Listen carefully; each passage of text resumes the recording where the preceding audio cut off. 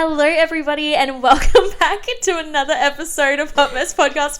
I'm just going to keep going. I can't stop laughing because I am with a really good friend of mine, Keira. Hello, everyone. So, today is a surprise for everyone, including us, because we only decided to do this last night. Yeah. Keira is a very dear friend of mine, and she's probably got some of the most interesting dating stories Hell yeah, I do. of anyone I've ever met. So we're deep diving into them today. So, we're talking about dating prisoners today. Because, I mean, I don't have any experience of dating prisoners. I would have discussed that sooner if I had. But you do. I do. Like, people, not people who've been released from prison and then you're dating them. Like, dating in prison. So, you've read the title. You kind of have assumed what's going on here.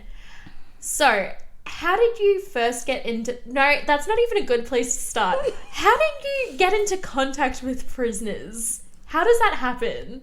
So, my ex-boyfriend, he was following this Instagram page that is dedicated to, like, information about people in jail and things like that.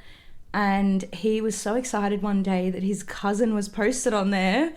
So he showed me the page and he said to me, "You better not fucking talk to a prisoner." And I was like, "No, babe, I won't." And then we broke up.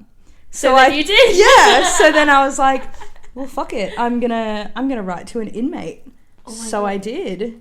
And so you just found the information page of how you can contact inmates and you just picked one out of random, or like... No, so okay, the way it works is you that go into like a tally, like, who gets to write to the prisoner today? What is it? Like, how do you go about it? So pretty much you inbox the Facebook page. They do like an ID check. Sorry, not Facebook page, Instagram page. They do an ID check, so you have to like send your ID through to them to make sure they're over 18. You know, gotta be legal, and pretty much you tell them what you're into. Oh my God. So, me being me, have like a thing for islanders, you know, I'm not gonna lie about it. And yeah, so that's what I asked for, and I think my age range was like 20 to 30 or something. So yeah, that's pretty much what I gave them, and they gave me a bunch of inmates' details. They do tell you that, you know, you may hear back from them, you may not. So I just kind of went for it, and the first person I ever wrote to replied to me like probably a week and a half later, and it all started there. So it's pretty much like Tinder for prisoners. Is it treated like matchmaking? Sort of, yeah. It's so random. I did not know this part of it. So yeah, I'm like, what? Yeah, so you pretty much tell them what you're interested in. Oh my God. But like, you don't do it for like dating purposes. And the prisoners know this is going on? They're aware. Okay. But usually the reason that the details are given out is because the family members of the inmate want them to not necessarily to find someone, just to talk to someone. Right. Yeah, so it's genuinely not all about dating and stuff like that. It's more to find these people someone to talk to, and then for some people, obviously, it goes in a different direction. For some people, they stay friends, and some people get no replies at all. So that's really interesting. And also on top of that, I feel like there is the stigma of what it would be like to talk to somebody who is in prison and to associate yourself with somebody who is in prison for whatever reason as well. And so I find it interesting, like the mentality of kind of, it's breaking the stigma of talking to a prisoner as well. Because when I think of talking to prisoners before I met you, I was thinking about all the fangirls who would write to Ted Bundy because they thought he was hot. literally. Do you think that's a huge thing still? I would say definitely. And that's something that I feel like we need to get away from, like, as a whole, because it's not really like that. Like, in this situation, you're literally just talking to, like, for me, it's literally just people from Australia who have done something wrong, whether, you know, they wanted to do it or not, have done something wrong, and now they're inside and they're just regular people. So it's like, in this situation, it's a bit different. So I feel like it's good that there's the opportunity for people to talk to people like this rather than people like Ted Bundy. Oh, absolutely. You know? Yeah. Yeah. And I also think now that I know you as well and I know the reasoning behind you wanting to write to them, aside from getting back at your ex-boyfriend, I'm like, wow, this is such, like, this comes from such a place of compassion and being like, I can tell that you're lonely and you need somebody to genuinely talk to and just like have somebody to listen, you know? I feel like it started off at me being like, I'm going to get back at my ex-boyfriend, you know, write to someone. But then like after I wrote to the first person and they said that they were really grateful for receiving a letter just from someone, it didn't matter who it was, I feel like my perception on it changed a lot. And like that's why I wrote to more and more people, just because I wanted to be that person that someone could talk to regardless of the situation they were in, because I like having someone to talk to about things, like, and I feel like I didn't have that either. So we kind of just used each other as like a support person sort of thing. Well, that's really sweet, because also I don't really know what it's like to be within the system. So I don't understand like what kind of care they receive and stuff like that.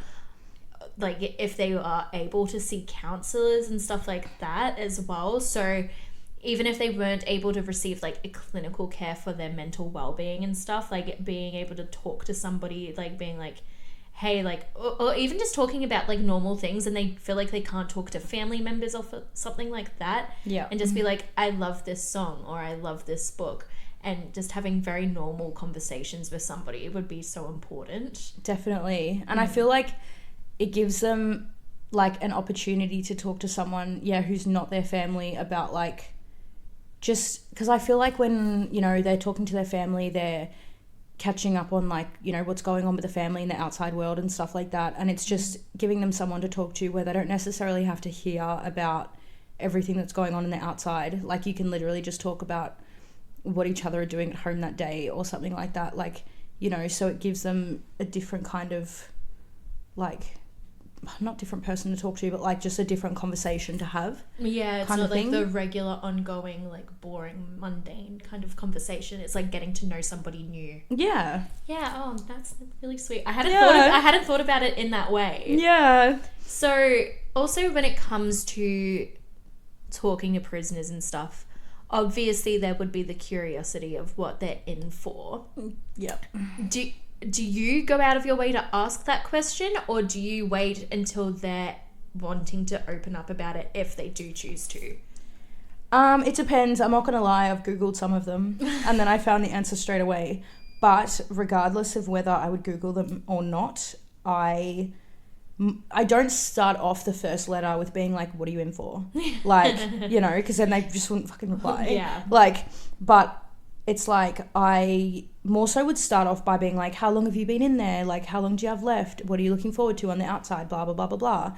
And then when they get a bit more comfortable, it's like, you know, so what are you in for? Like, and like, you don't necessarily have to ask it in that way. Like, I can't think of an example off the top of my head of like what other way you can ask it in right now. But it's like, you know, you kind of just bring it up in casual conversation, I guess, and not like put pressure on the situation for them to answer it. And if they want to tell you, they'll tell you. If they don't, they won't. And if they want to lie about it, they will lie about it. Yeah, so, for sure. Yeah, you can, if you, at the end of the day, you can never 100% trust what they're saying to you. But obviously for me, like I just had good faith, I guess, that people were being honest with me. So, yeah. So the people who you were talking to, did you find that they were all coming from like the same prison, or was it multiple different prisoners? Because for those who don't know Keira, like I do, I know it's not just one person who she's had conversations with. You've had, how many pen pals do you think you had over the years? At least 50.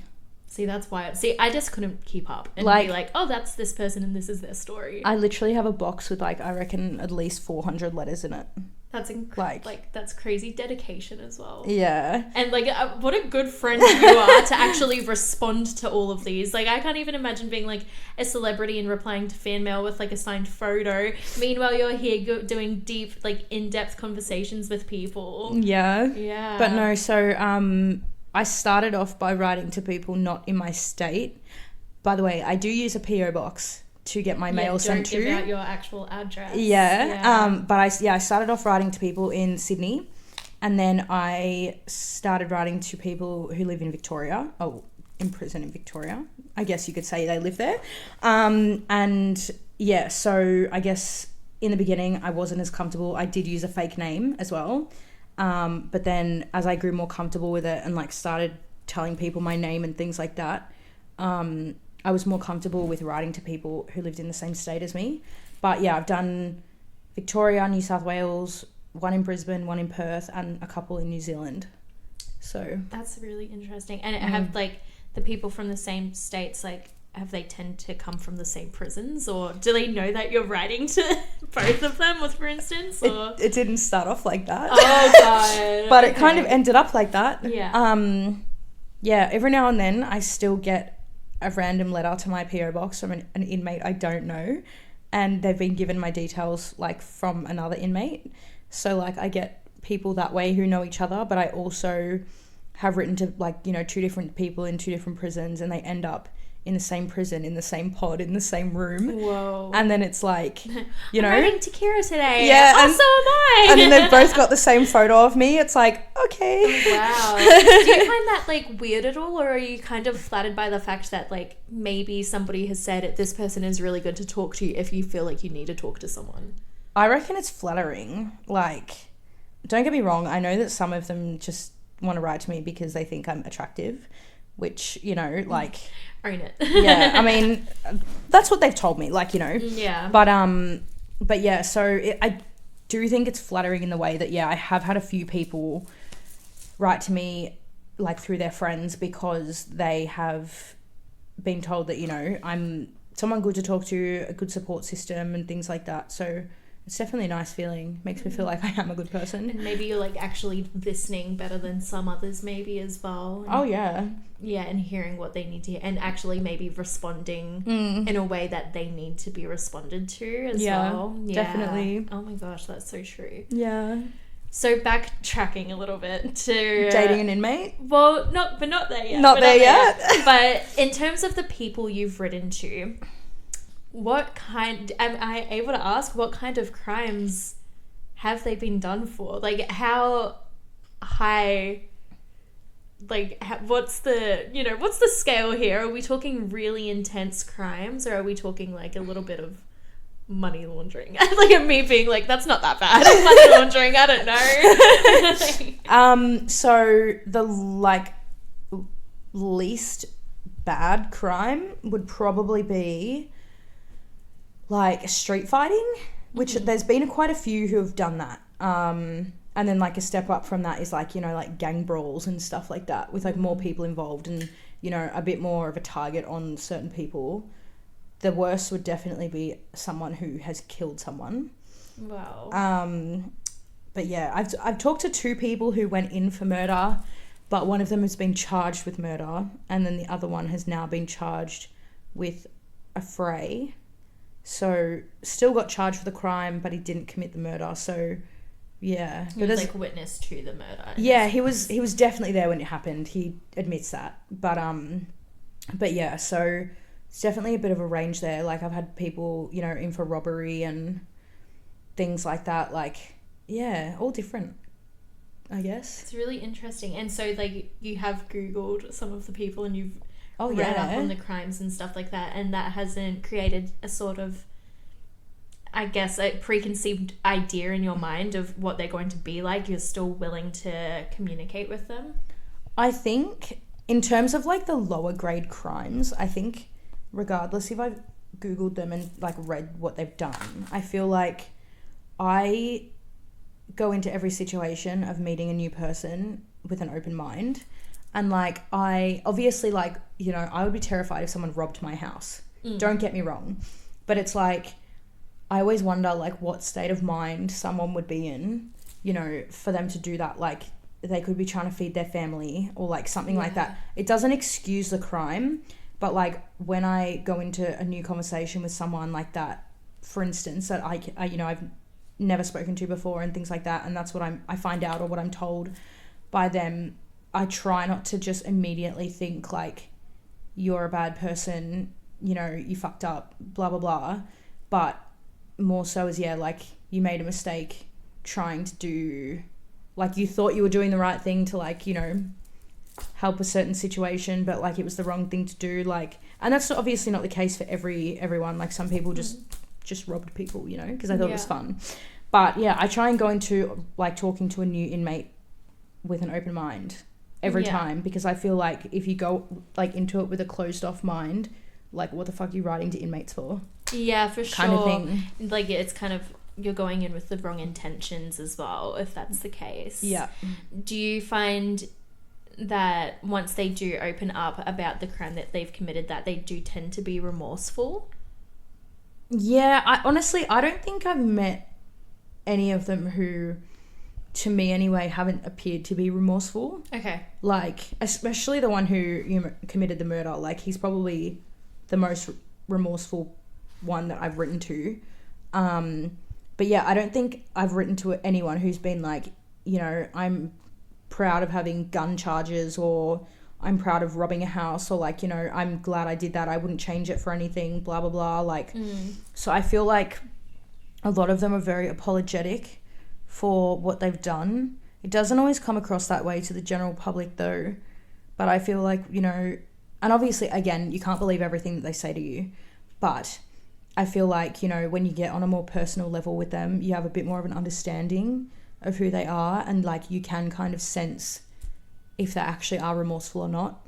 And I feel like I have been able to like sense that with most of the people I've talked to.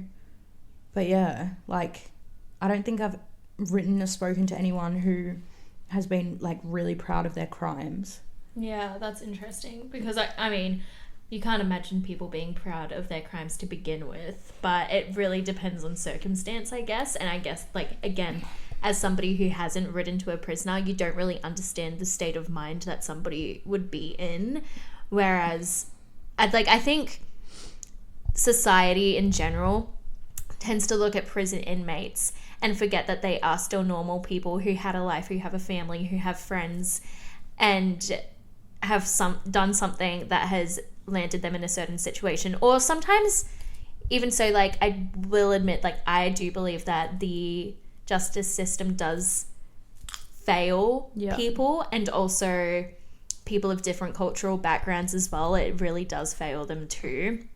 So it'd be interesting to also look at it in that sense of like, what has led you to this point? Yeah, exactly. And like, how have you ended up in this situation? Because nobody wants to go to prison. Oh, no way. And then you also hear about the people who leave prison and then are no longer able to fit into society, so then commit a crime so that they can go back. Have you experienced that as well? Or?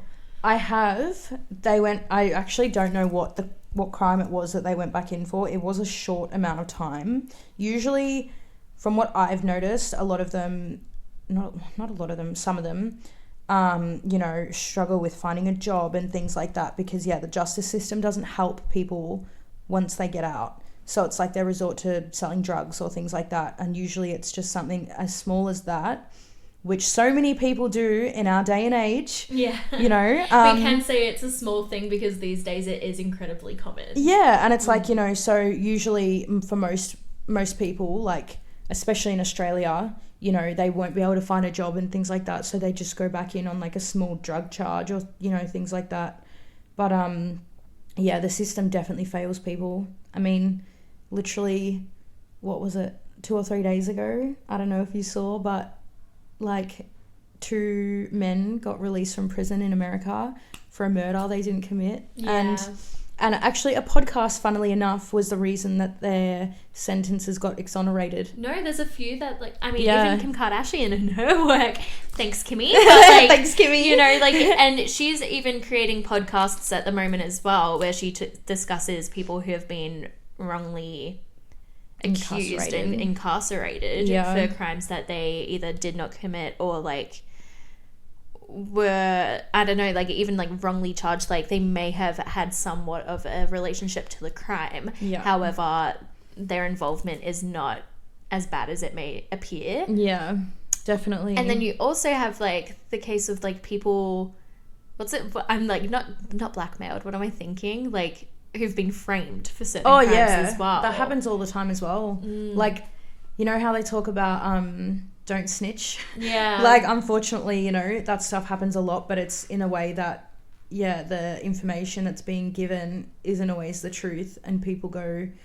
to prison for the wrong reasons because, yeah, they're being framed for something that they had nothing to do with, or, you know, it wasn't on such a extreme level. Like, people exaggerate things in statements and things like that. So, unfortunately, yeah, a lot of people end up inside when they shouldn't be, or they shouldn't be serving as long as they are. Yeah. And for some people, it can even be a case of, like, being in the wrong place. Oh, yeah. At the wrong time. 100%. And, like, I mean, you can also say that about the people who the crimes may be against as well. Of course. So, like, for instance, like, with somebody who has been incarcerated for street fighting, you were saying to me earlier that it has been over, like, postcode. Yeah, postcode, like, gang wars. Yeah. Literally the stupidest and smallest thing. But people, you know, some in certain areas, like, you know, are really proud of where they come from, and they think that, you know, one, like, another place where they're not from is not as good as where they are from. And, you know, people make it such a big deal, and they, yeah, get into the stupidest fights from stuff like that. And that it lands them in prison. And it changes your life forever once that's the case as well. It does. And we were also saying, we caught the train home together. It was very cute. But we were saying, isn't it interesting that, like, we have these conversations about prisoners and what their lives may look like. And then we're sitting on the train looking around, and it's like any single one of these people on this train could either commit a crime and land in prison, or also have once been a prisoner. And they just walk among us, and we walk amongst them. It could even happen to us one day, God forbid, knock on wood. But you just never know what situation you could end up in where you are in that situation. So it's, like, really interesting to try and break the stigma of what it is to be somebody who has been incarcerated. Yeah, and I think another thing is, like, so many people freak out or make, like, bad judgment or, like, you know, bad comments about people they see walking the streets with, like, an ankle monitor on. But shouldn't it be a great thing that, you know, people have served their time and gotten to a point where they're actually allowed to be introduced into society again? Like, why do we look at people who are in that situation and have an ankle monitor on or something like that like they're such a bad person? Like, if they were such a bad person, they would still be in there. Yeah, you know? very true. Yeah, so I feel like there's a big stigma around that too, and I feel like, you know, it's something that people just need to look at in a more positive light rather than the negative one that everyone does, you know, look at it in. Yeah. I feel like it's also really sad to think about how many people would see that and immediately be terrified as well. Yeah. But I guess it's also hard not to, because you're like, what has of course, like, you start questioning what's landed you in this position and stuff like that. Yeah. But yeah, I don't know if you saw, there was this video, I can't remember which company created it. It was one of those American ones where they line people up and they make somebody guess, like, who committed what crime, or, like, how long their sentence was, that kind of thing. And it was super interesting to me. It was something like 10 people in a room, 9 of them were male presenting and 1 was female. And the woman had spent the most time in prison, and none of them had suspected it because she had had a child during that time, and she didn't appear to look like somebody, quote unquote, who had been in prison. Yeah.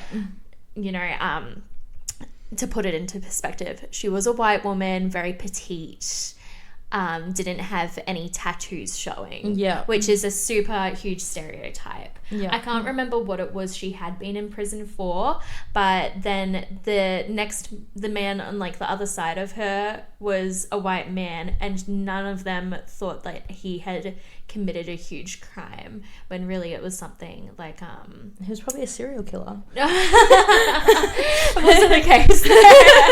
But no, genuinely, like, maybe. But that's the thing, you can't assume, like, based on what somebody looks like, because and then they had the men who were either mixed race or black or Latino, like, they were the ones who they had assumed had committed the most intense crime and did the most time for it, when really they hadn't really done anything. Yeah. Well, I mean, I say they hadn't done anything wrong.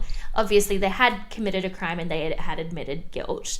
However, their crime wasn't murder. Yeah. Or like what they were something labeled to be. Yeah, what they were labeled to be. Yeah. Just based off appearance, which Yeah. I think is very interesting. Isn't that so wrong? Yeah. And like you also think about with there only being one woman in the room, and she had spent the most time out of everyone.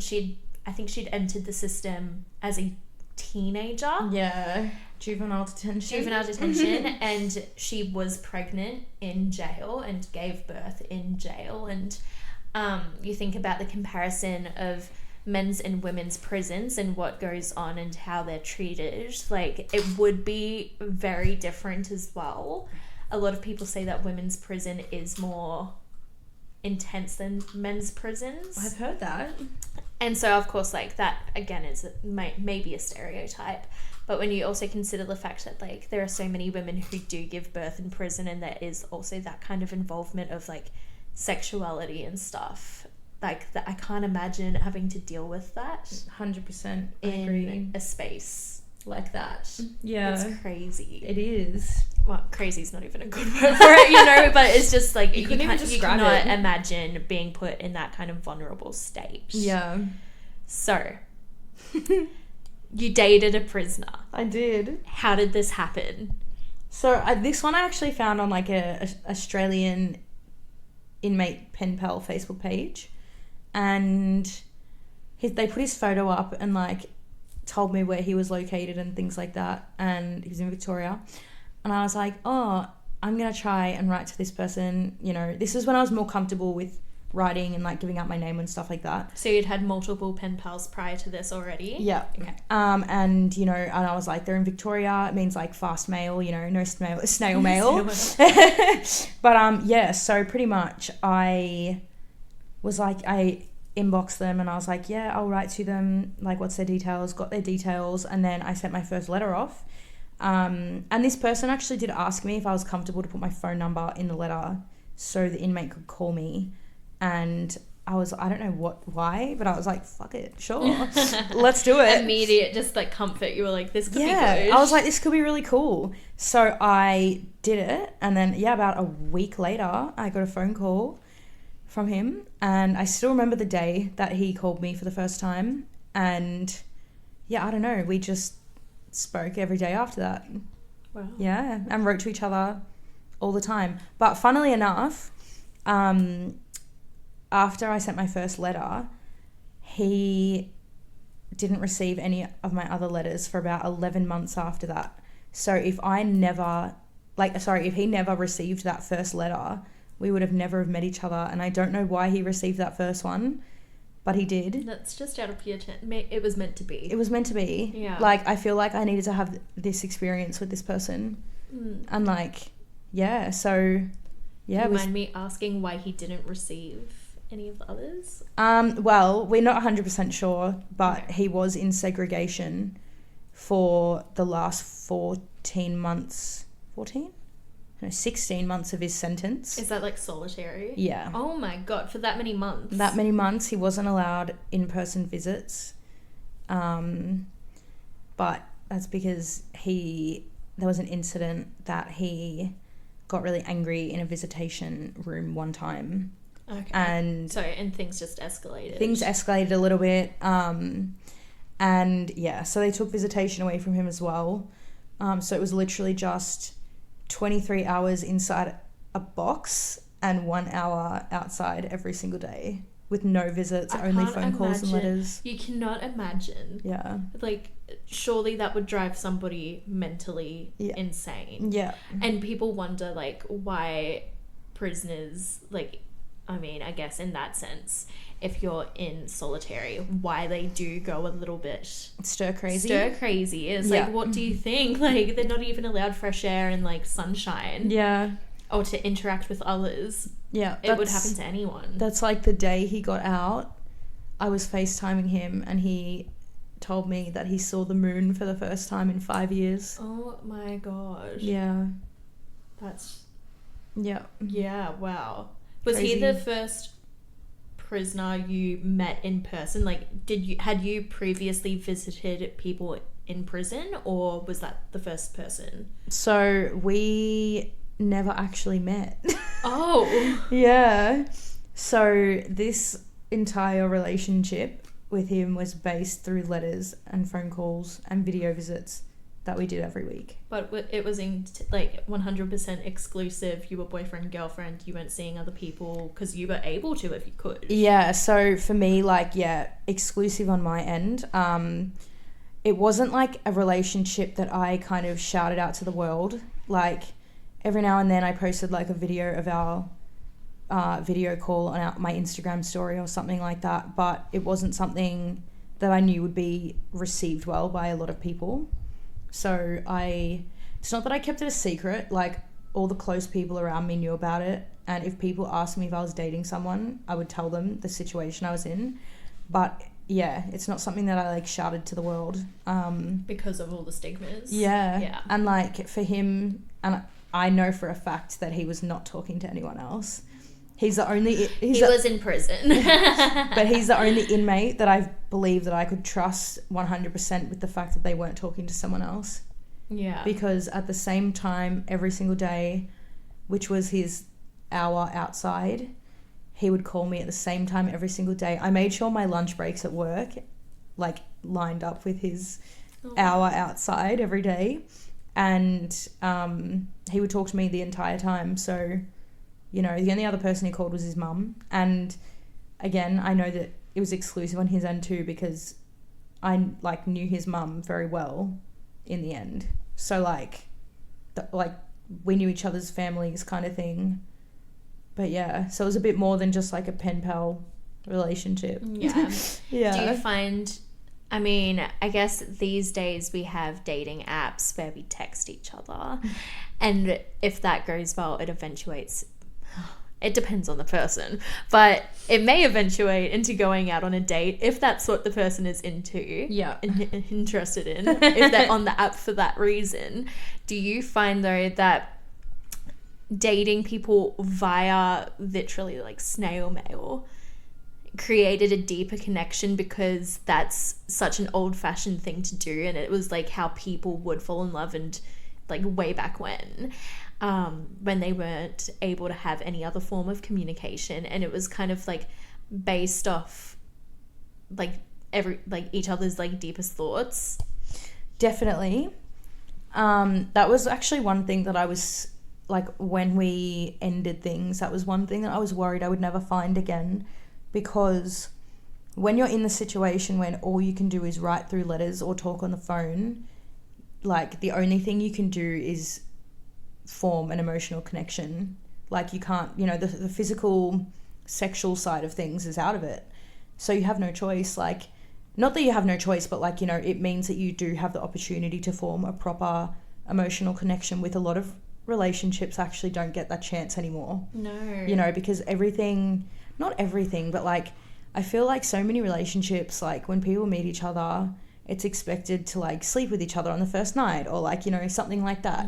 And that's how a lot of relationships start, which, don't get me wrong, I've got nothing against it, but I do think that having the opportunity to create like a deeper and a more emotional connection definitely makes you feel a different way about someone compared to dating in the real world. Yeah, for sure. It feels a bit like, okay, this is a really bad comparison. And people who are listening are going to be like, is this chick for real right now? Because in my mind, I'm watching Love Island. Same! So I'm thinking, everyone on that show is like, oh, dating in this is like dating sped up because you have to have deep conversations from the get-go because you're spending so much time with them. This is kind of like the same but different, because you're having the deep conversations via mail, yeah, rather than in person, and you don't have things from the outside world being brought into it, because it's not like you're hanging out with other friends together, or you're not meeting each other's families in person together, and that kind of stuff.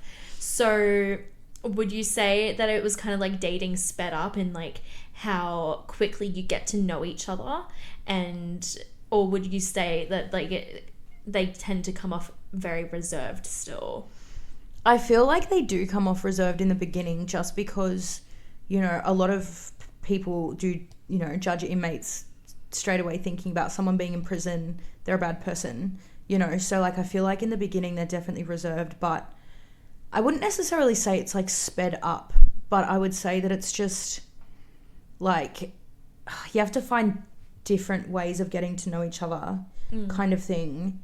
And it's like, no, to be honest, it's probably more slowed down, I reckon. Oh, okay. Because, like, you know, like, someone will tell you about their family, for instance, and then you have to write back and you tell them about your family, and then, like, you ask them a question and it's like, you don't get an answer. However long. Yeah, you don't get an answer straight away. So I feel like the anticipation of receiving the next letter and, like, learning about something new about this person, like, I almost feel like it's more of a slowed down situation, unless obviously you're talking on the phone, which I was with this person. But yeah, like, we never stopped writing letters and asking each other questions through our letters, so, like, there was always that waiting period. Wow. Yeah. It seems kind of like, now you can correct me if I'm wrong, it does seem like if you're the type of person who really loves the chase, would you say, like, dating an inmate is very much that kind of scenario where it's like the waiting and the anticipation of what's going to come next, what's going to be said next, like what the vibe is, because you don't find out immediately and you don't know what they're thinking and you have to wait and you're just constantly like, are they going to say something? Do you feel like it's like that kind of scenario, like a bit of a chase? You know what? I've never thought of it like that. Like, really? I've never thought of it like that. Like, as you were speaking, I was like, it feels like it's like, oh, what's coming next, you know? Yeah, I mean, you're actually probably right, to be honest. Like, I never thought of it like that, but you're probably right. Like, I mean, it's definitely obviously a different kind of, like, chase to the in-person chase. But yeah, you're probably right. Yeah. Yeah. And also, like, with writing letters, it's like, how forward I mean, sorry, like, this could get a like nitty gritty, but it's like, how do you know if they're really interested? Because I struggle via text to be like, oh my God, does he actually like me? He sent me this emoji. Are they just forward and saying, I really like you? Because do you have to be? Like, I don't understand it, to be honest. I feel like you do have to be if you're in their situation. I mean, the second time I ever video called with this person, and, like, they full waited to ask me this question, but, like, and they told me they wanted to ask me on the phone, but they full waited to ask me on the video chat, but they asked me if I would marry them when they got out. The second time we ever had a video call, probably a month after we started talking. But I get it. Like, I kind of get why he did it. And, like, don't get me wrong, like, up until we ended things, I thought that's how my life was going to be, because I thought you were going to marry him? I did. Wow. I was going to move to another country for him. Wow. Yeah, because he was in prison in Victoria, but got deported back to New Zealand. Okay, yeah. So Were you going to move to New Zealand for him? I was, and the only reason I didn't go and we ended is because COVID. Oh, wow. Yeah, so if COVID didn't happen and I was able to be in New Zealand the day that he got back, things would be very, very different in my life, I believe. Would you say that's for, like, are you happy with where you are now with that? Have you come to terms with that kind of situation? Because, like, that's, like, intense. That's not just like, oh, we were dating and I was really, like, we broke up. Like, it was like he wanted to marry you and you were ready to, like, move. Yeah. I mean, I'm very, very happy with where my life is now, and I don't regret us ending things.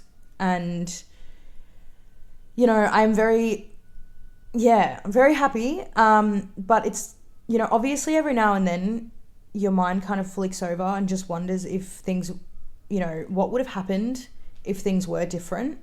But at the same time, I also think, like, it's a blessing in disguise almost that it didn't play out the way it did.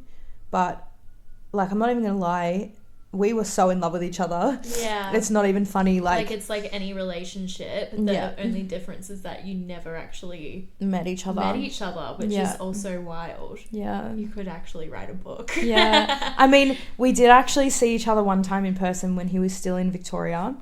He was in the detention centre and I drove there during COVID and we not even met because it was 10 feet away. He was 10 feet away from me. You couldn't even touch hands. Couldn't touch hands, but I like saw him for the first time through a 10-meter high barbed wire fence. Wow. Yeah, and he was 10 feet away from me, like in distance, because there was another fence before him. Oh my god. So, yeah, it's like we did see each other in person that one time, but that was it. Yeah. And like... It wasn't like having the actual connection of being with someone. Yeah. Yeah, it's like we saw each other. We did. Almost got arrested for doing that. Oh my god. And then you would have ended up in prison too. Exactly. Then you'd be writing between prisons. Is that even possible? Can prisoners write to other prisons? They can.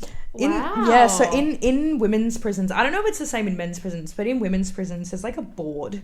It's like a pin board that's like has photos of dating male apps between. Is it really? Yeah, like male prisoners and their details and I mean I doubt it has what they're in for, but like, you know, it's got their photo and their identification number and yeah, the women can write to them if they want to. That actually makes a lot of sense though. Yeah. Because when you think about it and you also think about the fact that like some prisoners feel like they struggle to re-enter society, I can't imagine what dating in society is like once they leave prison and stuff. And so you kind of understand why they would do that, so prisoners can meet other prisoners. I mean, like, you're not wrong, but every inmate I know that's gotten out have ended up in a relationship within a month of being out. Good for them. So I think, you know, I don't know why they do it like that. I don't know if they're just looking for someone to have fun with. Maybe after it's like their stability. sentence. It probably is. It probably is. Because like, especially after having like no emotional connection to a woman for such a long time, I feel like, you know, when someone shows them that in a way that they like receive well, I feel like they really like jump straight in. I mean, it's funny. It's one thing I've really noticed is that all the inmates I know who have gotten out have all ended up in relationships within a month of getting out. Slay. I always wonder if they're making a bad choice. But you're like, is this the right thing to do? Maybe you need some time for yourself. Literally. Maybe work on yourself for a little while in like the real world. One of my friends got out back in September and he told me that he got into a relationship. I think it was like halfway through October maybe. And I was like, are you sure you're making the right choice? Like, are you sure you should be dating someone right now? Like, I was full grilling him being like, why do they do that? And it's why not do even they jump from like into a place of relationships? jealousy. It's not like you want to be the person in the relationship with them. Like, I think I care about them too you much. formed it such a deep connection that you're just like, are you okay? Yeah. Wow. Yeah, I think it's like, I'm like, what exactly, like, what are you looking for you to need to feel like you need to jump into something so quickly? I think that's why I worry about them. Do you feel like you've created a lot of like sisterly kind of bonds with them as well in that sense where you're like, I do want to make sure that you're okay? 100%. Like, there's so many that I have, you know, on Instagram and things now that like we still check in with each other all the time, and they're some of the closest people in my life, you know. So it's like, even like, you know, if I'm having a bad day or something like that and I need someone to talk to, I still talk to them. Yeah. So it's like, I do feel like I've created that kind of like relationship with them that we almost still rely on each other after all this time. And there would probably be stuff that they've said to you. That's Keira's dog Salma in the background. Salma, say hi to the podcast. It's actually going to be ASMR. But do you think that you have formed connections with people in a way where it's like they can talk to you about certain things that they can't talk to anyone else about now? Yeah, I do think so, especially just like mental health. Yeah. I feel like a lot of them have like opened up to me about mental health and things that they're going through inside, and it's something that like they would never talk to their families about. Like, you know, unfortunately a lot of inmates at some point during their sentence have resorted to drugs and things like that. And like, is that possible in the sentence? oh, hell yeah. Hell yeah. It's very easy to get drugs in prison. I did not know that. Yeah, so I feel like a lot of them who have like, you know, been in such a bad state that they've resorted to drugs, and like not just like weed or anything, just like heroin and stuff like that. What? In prison? Yeah. So I feel like, yeah, those kind of things, you know, it's not something that they necessarily talk to like their close friends on the outside or their family about, but someone that they know well enough now, but like is not like an immediate person in their life. I feel like now that like they feel comfortable talking to me about those things, but not necessarily other people. That's really interesting. Yeah. How do you break off a relationship with an inmate if you think things are getting too intense? Have you had to do that? Too intense, like they're overbearing or they're trying to date me? Both. I mean, do the two go hand in hand? Like, I don't know. I mean, I feel like some people have definitely probably relied on me too much when getting out. Like, I'd wake up at all hours of the night because I get random phone calls or FaceTimes on my phone from people, and they just want someone to talk to. And like, don't get me wrong, like I try and be there as much as I can, but sometimes when it starts affecting your own life, it's something that you do have to like shut down, I guess. Or if they have gotten out and they make bad choices again and I call them out on their bullshit and they have a problem with it, I've cut a few people off for that reason too. Yeah. Because like you didn't just go through everything you did, and I didn't go through the emotional side of like trying to be a supportive person to you just for you to do something stupid again. So hell yeah, I've called people out on their bullshit for like things that they've willingly done again, and they have a problem with it. And yeah, unfortunately our friendships have ended. There's been 2 of those situations. But yeah, it's just one of those things, you know. But then people who try and date me, I kind of just, I mean, I'm in a relationship now and very happy, so that's one thing. Not with an inmate. But yeah, so it's like I feel like it's just one of those kind of hard conversations that you need to have, because sometimes they do get out and think, you know, what if there's a chance now? And right. Yeah, and it's like, you know, and I think it is because of that emotional connection you form with them. Yeah. And it's just kind of one of those things that you have to like really just be honest. Yeah, and really understand your own boundaries. Yeah, and say, you know, you're not interested, or you're seeing someone else or dating someone else kind of thing. So it's just one of those conversations that you have to have, I think. For sure. Did you know your own personal boundaries before going into it? Or do you think it was something you had to figure out along the way?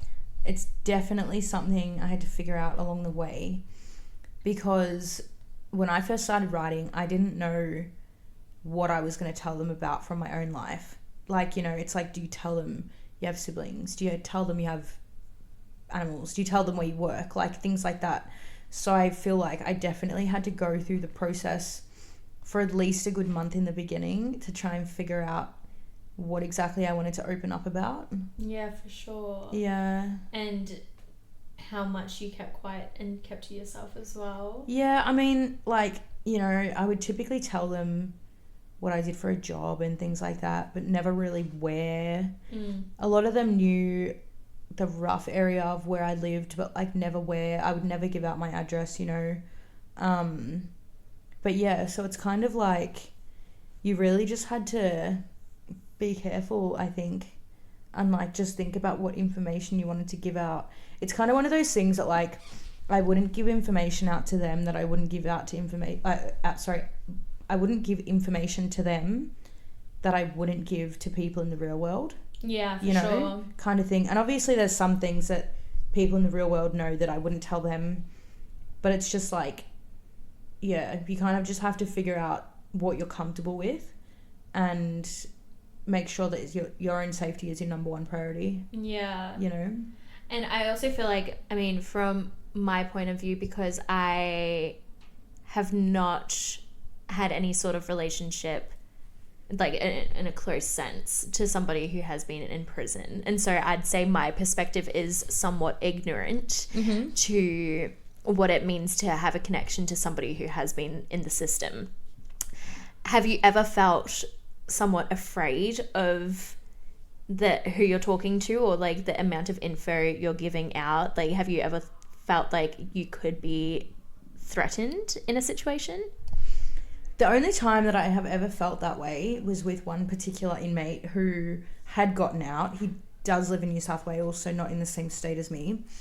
But I feel like this was one of those situations where I did call him out on his bullshit, and he got almost offended by it and like retaliated verbally back to me. And I think when you're having a verbal argument with someone who has witnessed some very bad things, it did make me feel some kind of sense of fear. Yeah. So I'm not going to pretend like that didn't happen, but it was only that one time really that I've had like a bad circumstance. And in that moment, I actually just literally blocked them and kind of moved on with my life. So, yeah. Whereas, like, I feel like, I mean, you kind of have your head screwed on, and you had enough experience in terms of writing to certain inmates where you would kind of figure out who you could trust and who you could not. And was it easy to tell? Like, have you received letters from people and immediately been like, no, I cannot respond to this? I mean, there's one person that I've written to that has been a little bit questionable, but I think that's due to his own mental health deteriorating from being inside there. He's been like only ever been nice to me, and you know, that kind of thing, but you do think about it, I guess. Yeah. You know, and yeah, he's probably the only person that I've really questioned. Like even this person that I was dating, for some reason, the whole time that we were together and we'd never met, I'd never questioned him. Wow. Yeah. Like, I think it was just like the level of trust that was built there. Like, yeah. Like, that's, as I said, I was literally going to move to another country for him where I have no family and no friends. And not that we were going to go and like move in together straight away or anything, but like I was willing to go there with him being the only person I knew, and for some reason I was comfortable with it. Yeah. So yeah, I feel like that comes from like your sense of humanity. Yeah. And compassion. Yeah. Because once again, like I feel like me even asking that is so ignorant in that, like, at least I can recognize my ignorance and stuff, but because I'm so like in the stigma, like, you know, I feel like mentally society is trained to be like, you should be questioning them, you should be afraid to a degree of what has happened in their past. So I think that's where I mentally come from when I ask you, like, have you ever felt afraid and stuff, because it's like it's the first thing that I thought of when you first told me you dated a prisoner. I was like, what? Like, why? Like, you know what I mean? Like, it's almost like you lose the idea that, again, they were a person previously who have thoughts and feelings and are going through things as well. Yeah. Whereas, your compassion kind of cut through that. I think it definitely did, because like even when I first started writing, I was never afraid to be in contact with these people. Yeah. You know, I think that really shows what kind of person I am. Yeah, no, that's amazing. Yeah. I'm a bitch. I think I'm just talking myself up too much, No, but it really does go to show that, like, I mean, you do have to cut through stigmas in society, like, on the regular, but I feel like that is one that we do not think about very much. Yeah. And I think, I mean, this might be taking things really deep here, but living in Australia, there is a lot of issues with our justice system, and I mean, it's the same with a lot of countries that are colonized, and how we treat the people of different races, or of like who are the traditional custodians of the land, etc., and how I think the system can use and abuse them. 100%. And I think once we're in that mindset and like, you know, I feel like as a Caucasian woman, I can look at it and be like, yeah, that's wrong. But I haven't gone out of my way to get to know the people who are incarcerated or are in there for certain reasons. And also like Australia having such a huge issue with incarceration of Indigenous peoples, for instance. Yeah. It's like, how do you cut through that, and how do you create the relationship, and how do you help out more? Where would you think, as like a regular citizen, I can help people who are incarcerated rejoin society, for instance? Do you think there is a way that we can do better? As an individual, I think there's not a lot I can really suggest besides opening up your mind to potentially talking to people who are in there. But as a whole, I do think, you know, they need to have a way to properly rehabilitate these people, you know, and like I just think that, yeah, people in general, like in everyday life, need to just open up their mind to be more accepting of people who have done wrong in their past, because it's true, we really do look down on them. And I think, you know, I would recommend like reading books from people who have like been incarcerated and things like that, to kind of get a grasp of like what life is like in there, you know, the stages of remorse that they feel and things like that, to get a real understanding of what these people actually go through. Because yeah, as an individual, unless you're Kim Kardashian, there's not a lot you there's can... not much we can do. Yeah, there's not much we can do. But like as a country, I feel like we need to be, you know, offering more options of rehabilitation, you know, opening up more jobs that are accepting to people who have a previous criminal record and things like that. So it's like, I don't even know what the steps would be to be able to enforce things like that, like, you know, who to speak to and things.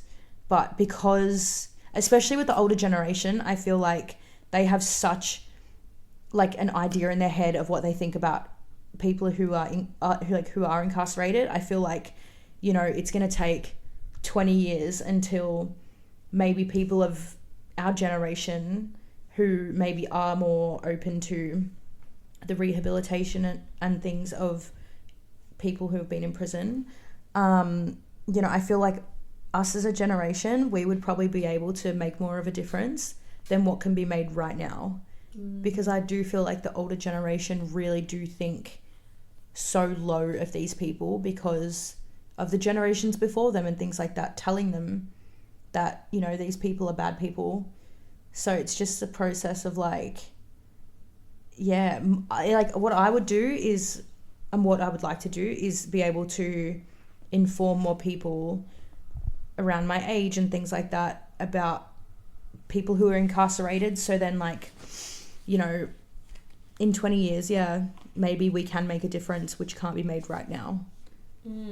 For sure. Yeah, sorry for my rambling. No, that's not a ramble at all. I really appreciate it. Yeah. Well, I do think that might be all we have time for today. Yes. But it's been an absolute pleasure having you on the podcast. Thank you. I've learned a lot.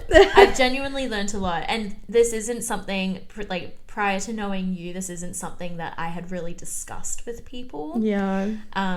Like, I feel like most people either know somebody who's been incarcerated or know of a family that have been affected by a family member being incarcerated. Yeah. However, I think it's very rare that you go out of your way to actually get to know the person or get to know the family and come to an understanding of what they're going through and having the sense of compassion and stuff like that. Yeah. So upon meeting you, I think you've opened my eyes to a lot of new topics and new conversations that I had previously just been very ignorant to and just turned a blind eye to. So thank you for that. I'm really glad that I could open up your eyes a little bit and like give you a different perspective on things. Yeah, absolutely. So that's really good to know. I mean, it's like what I said at the start of the episode. Prior to meeting you, I thought people who wrote to prison inmates were genuinely like the people who were fans of Ted Bundy and stuff. I didn't look at it as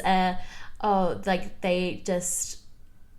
they're coming from a place of love, and genuine care. Yeah. So yeah, you definitely changed my perspective on so many things. I'm so glad.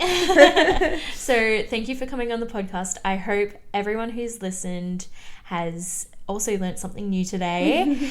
If you enjoyed this episode, please give us a great review wherever it is that you are listening to it.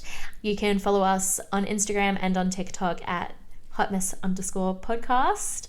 Thank you so much for listening in, and we will see you next week for another very messy episode. Bye. Bye.